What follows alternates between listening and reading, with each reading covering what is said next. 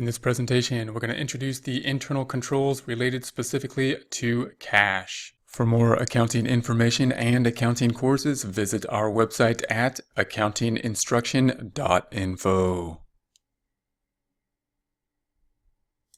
Cash internal control goals. These are going to be the objectives of the internal control system over cash.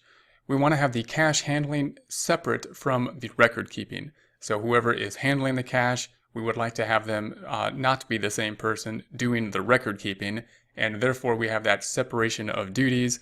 We have the person that is entering the data not having as much of an incentive to steal the cash because they're not the ones handling the cash. The people handling the cash know that if they do steal it, the record keeping should pick that up, and they are a separate person. Cash receipts are deposited to the bank. We want to make sure that the cash receipts are going to the bank as soon as possible, hopefully on a daily basis, so that we're not accumulating cash. We don't want cash to be piling up, because if it is, then we have a greater risk of theft to happen and greater loss if theft does happen.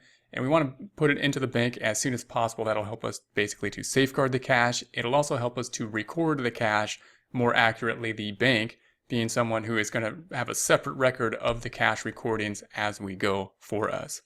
Cash payments made by check or electronic funds transfer. And this is going to be, we don't really want, the point here is that we don't really want to make our payments for purchasing for business with cash. And the reason is that there's no cash audit trail for it. I mean, if we use cash, we don't have a good audit trail. Now, some people think of cash and they think, well, if I have cash payments, no one could track that, and possibly might think of that as a good thing, that people can't see what you're doing, or the government can't see what you're doing or something like that. But note that we want good record keeping, of course, when it's our records, because we want to be able to go back and say, hey, what did I spend the money on?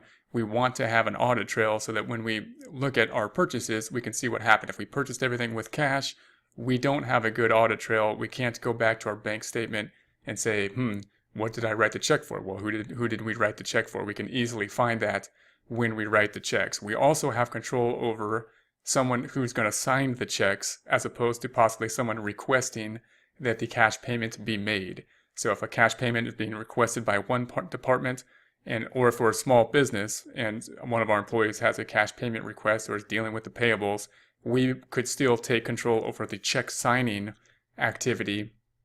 And that can be an effective internal control, so that checks aren't written, of course, for illegitimate reasons. Electronic fund transfers can have similar types of internal controls and be quicker as well. So we could do that electronically as well and have a similar trail of tracking to see what is going on.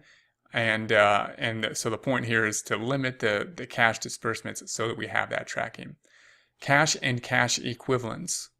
Now, cash is going to be anything that's going to be really liquid, something that we're going to be able to pay off our short-term obligations with. We typically think of cash as being physical cash, or something that's going to be in our bank account or our checking account. Now, if we're talking about something that's going to be fairly equivalent to cash and cash equivalents, we're talking about something that's going to be due really soon, something that we could also basically have access to and pay off our accounts with very quickly. If we have a long-term constraint on the type of investment that we have, then of course we wouldn't be calling in a cash or cash equivalent. Managing cash.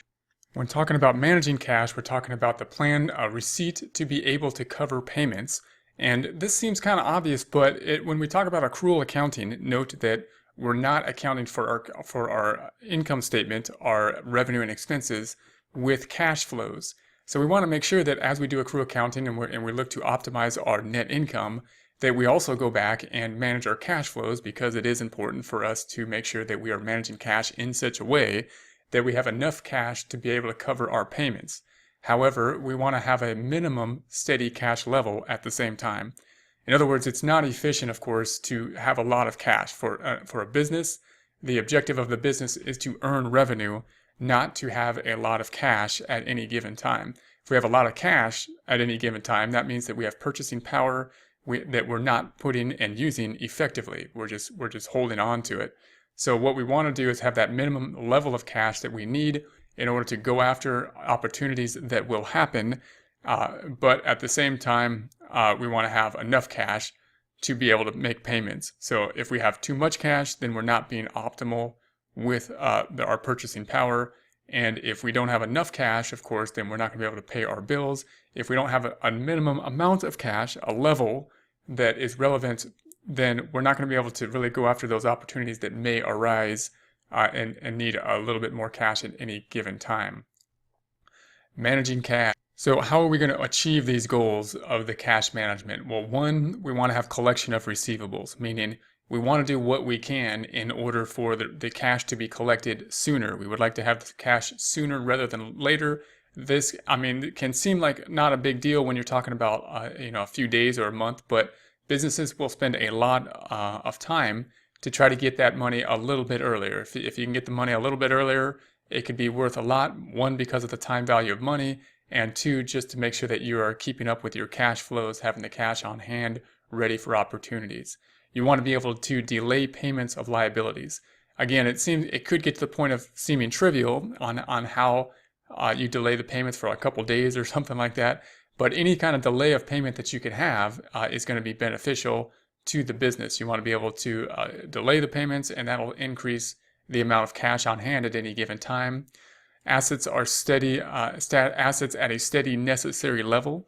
Once again, you don't really, our goal isn't to compile assets. If we make a lot of money, if the business is doing really well, and we don't want to put the money back into the business, there's no growth opportunity that we see at any given time, then we probably would give that money to the owners of the business, whether they be stockholders or individuals, if it's a sole proprietor or a company, in order for the owners to then take that money, and they don't want to hold on to it either. They want to invest it. You want to be making money on the money. If there's no business opportunity within the business to be making money to grow the business, then we should distribute that money to the owners so that they can make their own investments and make money with it. Plan and budget expenditures. So we want to make sure that we have the plan, we have a budget in place in order to know what those expenditures will be. That'll help us to know what cash level we need to have at any given time, and help us to have that steady level of assets that we will want to have over time if we know what those expenditures are or have an idea of what they are in advance. Invest when there is excess cash. Now, when we have excess cash, we don't want to just hold on to the cash because we're not making any interest on it. We want to invest it, and we could invest it back into the company if there's growth opportunities, or we want to invest it in something that we're making money on, like a CD or something that we make a financial investment and get a return on, meaning we're trading the purchasing power at any given time. We can't use it in order for a greater return, or we want to give it to the owners so that they can make their own personal investments, whether they be the stockholders or they be the owner of the company.